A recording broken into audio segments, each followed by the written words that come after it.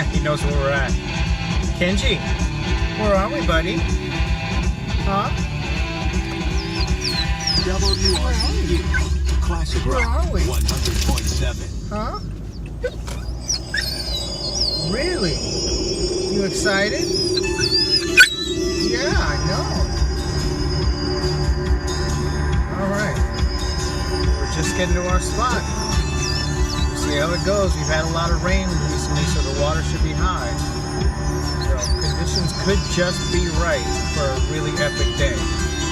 Won't catch anything big here, but we'll catch big numbers. So we'll see how it goes. I know. I'm excited. I know. All right, y'all. Check you in a bit. Good morning, everyone. So I'm fishing one of my little holes that I love fishing around here in North Carolina. We've had a lot of rain recently, so what ends up happening is the reservoir you see behind me starts filling up with water from all the little streams feeding it. So we're here at the dam, and basically what you have is a big drain down there. You guys can see all the pollen we've had recently spilling out over here. So this is called a spillway, and we could be here at just the right time because with spring and shad migrations upstream and predators following that upstream, plus with all the influx of new stuff that's getting washed down, smaller fish get sucked down there and then end up coming down over here, so predators come up from downstream to pick them off whenever they feel the water level rise the way it is right now. So looks like we've got a really good flow. So when it gets nice and foamy like that and frothy, it means we've got a lot of water coming through. So when we get down there, I'll go over some of what I'm doing as far as my techniques and why I'm doing it. So stay tuned. If you haven't already, please click that subscribe button and share these videos with your friends or anybody that knows how to fish or is interested in fishing or just has questions. Or if you guys have any questions, please let me know. All right, so we'll see how we do today. Okay, so here we are, we're at the spillway. So you can see the water's really rushing out of there and you're having predators coming up stream, and actually that there's a good sign. That's an above average size crappie for this body of water. I've caught them bigger than that, but the majority I've caught are less than half that size. I mean tiny, we're talking 4 inches. This one is probably about 9 or 10 inches, which is a pretty above average size crappie in any body of water, but for here that's really good. So as far as what I'm throwing is, this is if you're gonna fish artificials, this is a very good lure to have. It's just a curly tail grub. I happen to use Gulp, which is a scented, and it's made out of like natural fish byproducts and stuff. But you don't have to, these are a little bit more expensive, but you don't have to go this far. You can just get the regular plastic grubs, and you can get a pack of 25 of them for less than $1, maybe $1.50 max. But point being is, you size up for the body of water. These are 3-inch, which are new to me. I've normally fished 1 inch in here or 4 inches. I've never actually seen a 3-inch, so I bought these packs. And I haven't caught anything on them yet, but I haven't fished anywhere where I was likely to catch something with it yet. So this is going to be a good test for this. As far as the color, people would ask, why chartreuse? Why such a bright, unnatural looking color? Reason being is, if you can see, this water is really stained. You can't see more than, maybe 6 inches in the water. So a fish is only going to get a passing glance at this. Fish is not really going to have a chance to really inspect it, especially in fast moving water like this. So it's just a quick flash. It gets their attention. And another thing is, colors change underwater as well, because the light isn't penetrating in the same manner.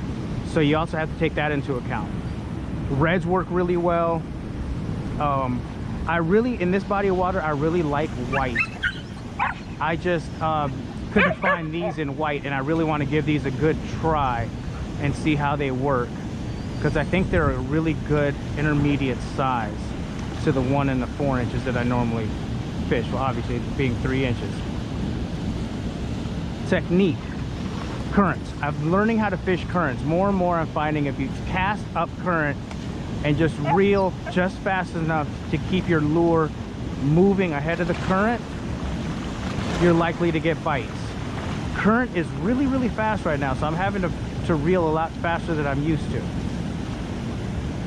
That might be a little bit of a problem. I might change up techniques where I'm just kind of letting it roll. Let's try that. Just let it kind of, I'm giving it slack and letting it roll with the current. Problem with that is you get snagged up a lot.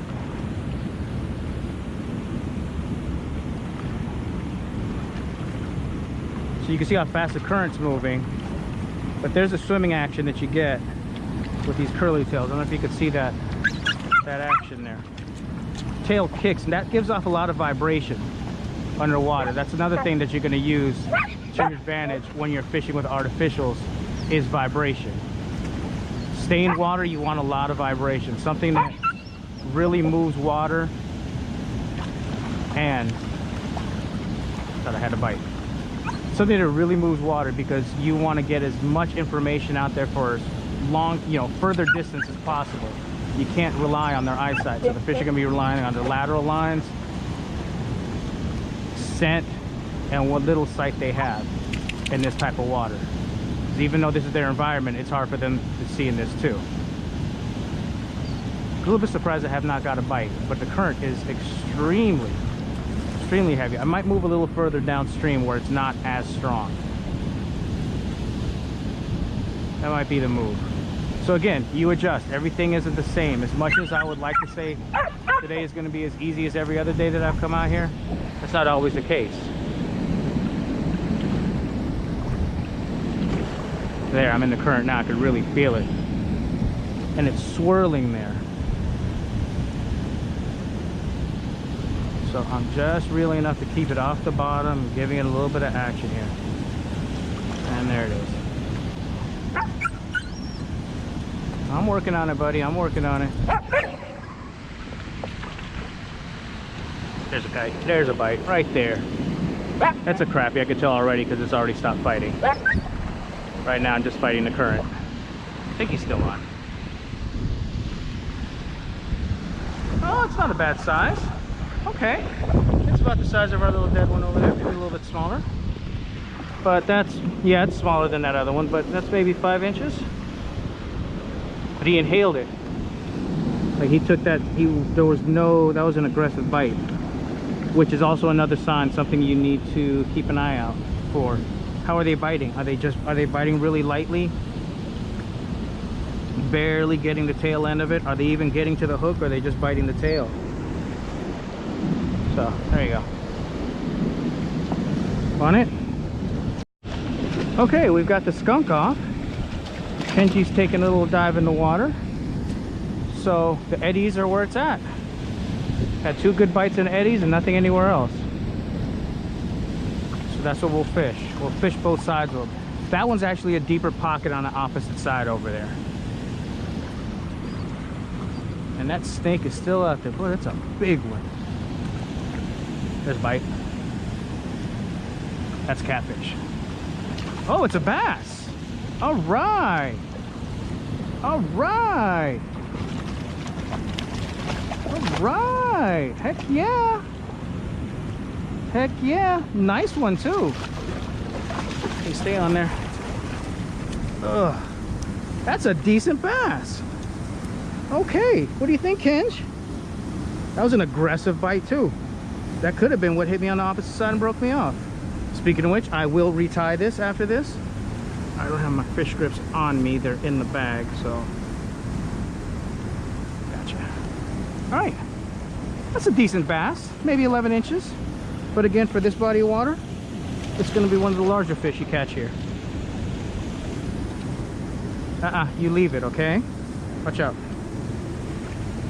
Gotta get off these rocks. One of these days I'm gonna fall and break my ankles or my wrists or something. But again, another aggressive bite. Took that in very deep. Leave it. Leave it. Alright, so. Okay, fish on. This I'm pretty sure is a crappie. I'm trying to keep it away from the rocks. Oh, that's a nice sized crappie. Another one. That's a good sized little crappie for this area. And that's what I mean. I'm not going to catch big numbers like I normally do here, but that's a good sized fish. That fish, well, every bit of 10 inches. Pretty fish. They don't fight very hard. Supposed to be really, really good tasting white meat. Very, ow, got myself. Very light meat. Here, go, look. Here he goes. I don't know why he keeps jumping down to that current. That way, go. There you go. There you go, keep coming. You got it. This way, come.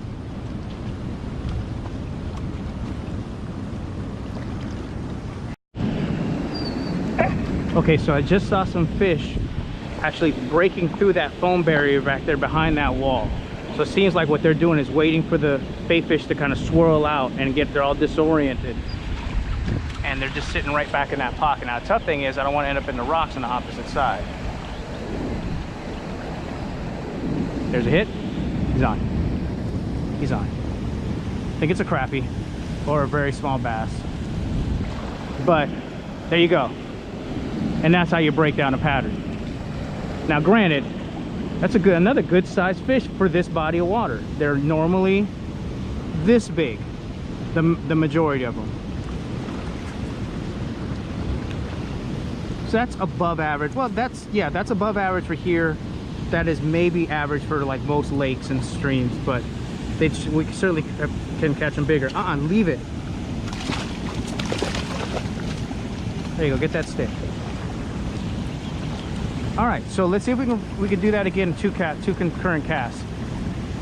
And here it's about the accuracy. I don't want to be in those rocks. I just want to be under that foam over there.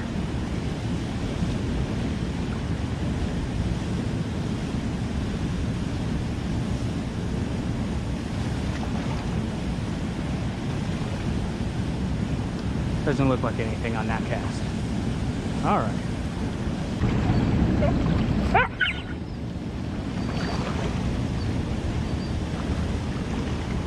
Sean, right in that corner.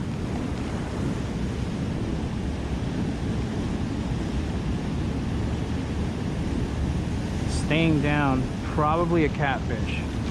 Now it's starting to get tired. It could be a really big crappie. My head shakes. Not so much twirling like a catfish would. Nope, definitely not a catfish. Bass or a big crappie?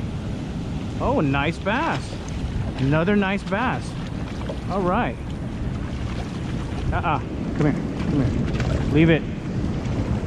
No. Leave it. Thank you. Leave it. All right, good deal. That's a nice chunky bass. There we go. And it was right back in that spot where those fish are feeding. It's an example of two different types of wow, that was impressive, Kenji. I gotta admit, I didn't think you could reach that high. That was impressive. That's a nice fish. That's a pretty fish. Nice, healthy, got a good belly. He's been feeding really well. Really no marks on him. Very healthy fish.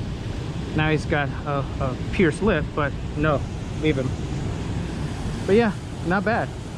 All right, good deal. So we, again, went back to the original patterns. Was working right back in that pocket under that foam. That was a nice sized fish. Leave it.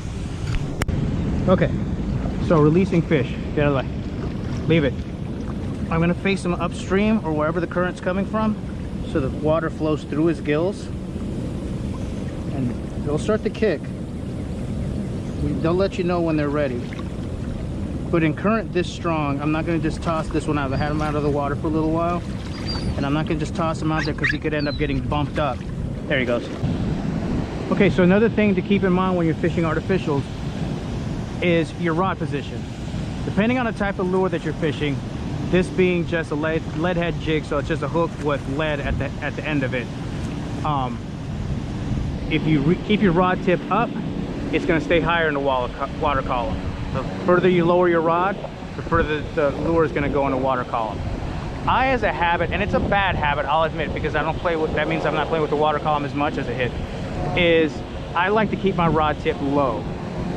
I feel like I can get a good hook set in that way. I don't have to load up before I set my hook, and I feel like I'm connected with the line better that way. And that's just a feeling. I know it's not really true. It's just my own preference. I usually, if you catch me watch on my videos, I normally hold the rod in this position right here. My hook set comes back over this way, and just depending on the type of fishing I'm doing, it depends on that, like, will determine how aggressive my hook set is. But you should play with your rod positions. Keeping it higher like this is keeping that just floating higher up in the water column. And again, it's just drifting through this. As you can see, all this foam comes in and swirls around. It's just drifting through all this. Okay, fish on. Oh, again! Oh my God! I gotta check the tip of this hook. Maybe it's dull. Nope, that's very sharp. All right. That's two that I didn't stick. I thought I got a nice healthy hook set on that one too.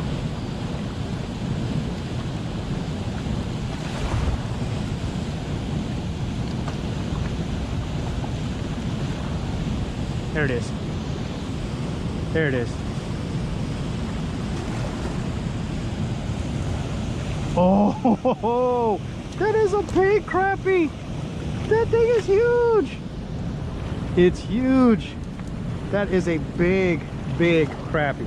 I'm about to fall over here. Okay, let's get after these rocks. Ugh. Oh,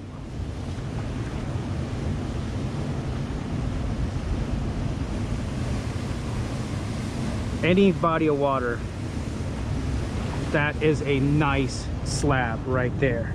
Leave it.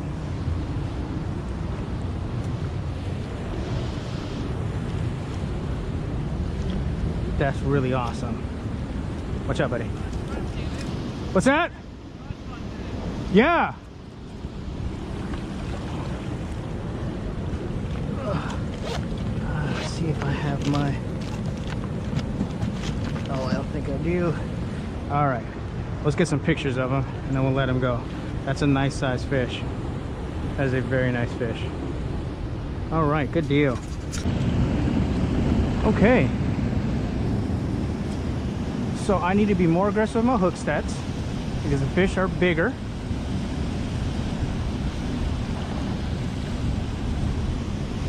There we go. Very next cast. I don't think this one's as big. Oh, no, I just realized I got hooked.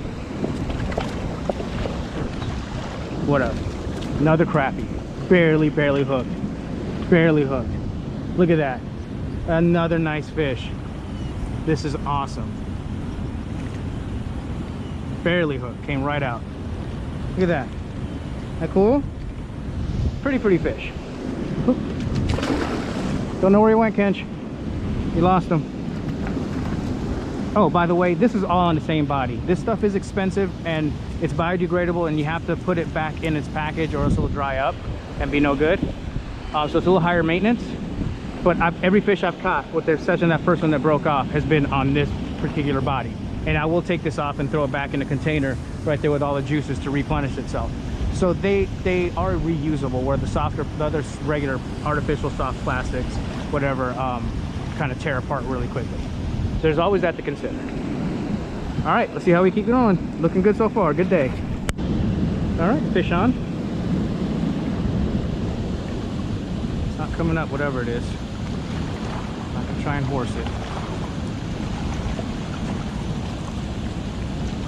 Got drag if it wants to pull. Okay.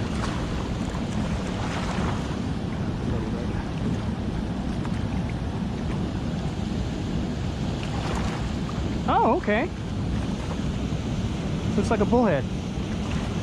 That's our first species of catfish for the day. How about that? Now he's gonna slime my line all up. Gross. But yeah, and me without a towel today. Left my towel in the car. Safe way of handling any catfish. They have a spike here and a spike here and a spike up there. Bring your hand from this side, not from the top. Get behind those spikes right there. Now he's secure. I got a good grip on him. that there. Let me see. Yeah, it's a bullhead. Brown bullhead. There you go. Larger one for bullheads, but they don't get very big. Yeah, slimy and no towel. Gross. What you think, Kenj? Third species of the day. Not bad, not bad. Good day for sure. It's supposed to start storming later. It's coming up on noon now. Probably fish for another half hour or so and head on home. Getting all the slime off my line, or at least off near where my line is. Now, I'm feeling it too. There's no fray marks or anything on it, so I don't think I have to worry about retying. We'll see. I've been wrong before. All right, not bad. Okay, so I changed up lures.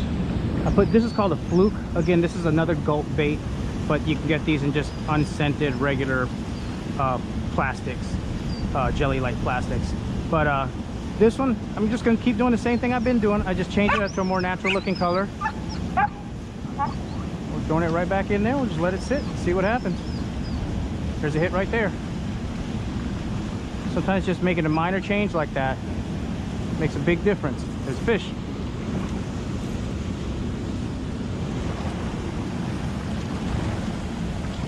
Okay.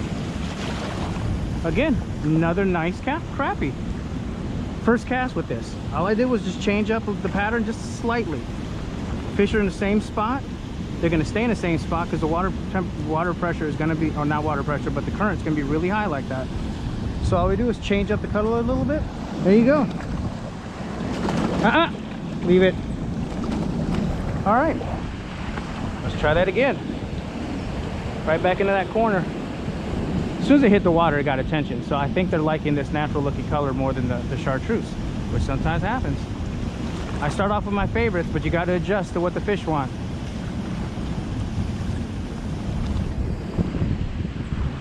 Maybe not so much on the second cast. We're not going to catch a fish on every cast this one, Kenji.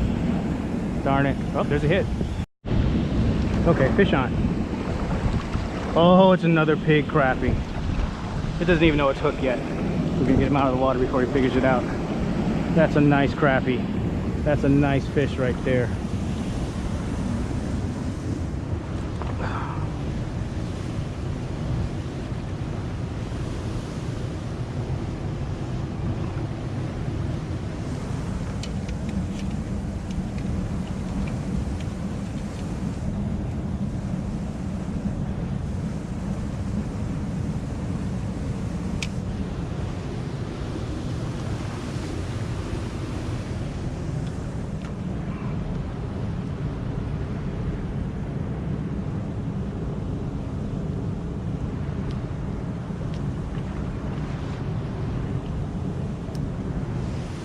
There's a nice fish.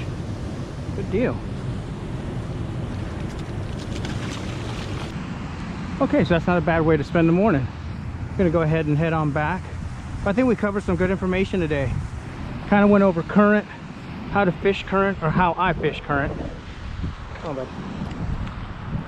Colors, different colors under different situations as far as your lures. The type of lures that I like and the types of lures that I feel catches more species of fish, so you have more chance of hooking up with something. We caught 3 different species today, and one of them was a surprise. The bass, I have to be honest with you, that was a surprise. I've caught them here before, but never of that size, and certainly never more than 1 in one day. So that was really cool. And the gentleman, I don't know if you can see him up ahead of me there, he caught a couple of nice sized bass also. So it wasn't just me. It wasn't just my presentation. They were there and aggressively feeding, which is awesome. So we also covered rod position. You know, keep your rod tip high, keep your rod tip low, depending on where in the water column you want to be. Adjusting your pace. You can go faster or slower. If the water's colder, you're going to want to go slower. Fish are cold water or cold-blooded animals, so they're less active when the water is colder. So you have to keep that into account. And the complete opposite, if the water temperature is warm, let's say it's July or August, it's been a long hot summer, water temperature is going to be a lot higher. You're going to want to move your lures a little bit faster because of that. Fish are going to be more fired up. Metabolism is going to be up, so they might be feeding a little bit more aggressively too. And that varies day to day. Today was a nice day to be out here. It's warm but overcast, so we weren't baking in the sun. Had breaks of the sun coming through every once in a while, but no rain. Rain's supposed to be coming this afternoon. It's another reason to fish, because whenever the low front is coming, fish tend to turn on and get active and feed. So it's just a good situation today. We had all that water come through from all the rain and a low pressure system coming in. So yeah, hope you guys learned a little something, and a little subscribe and like would be great. Thank you.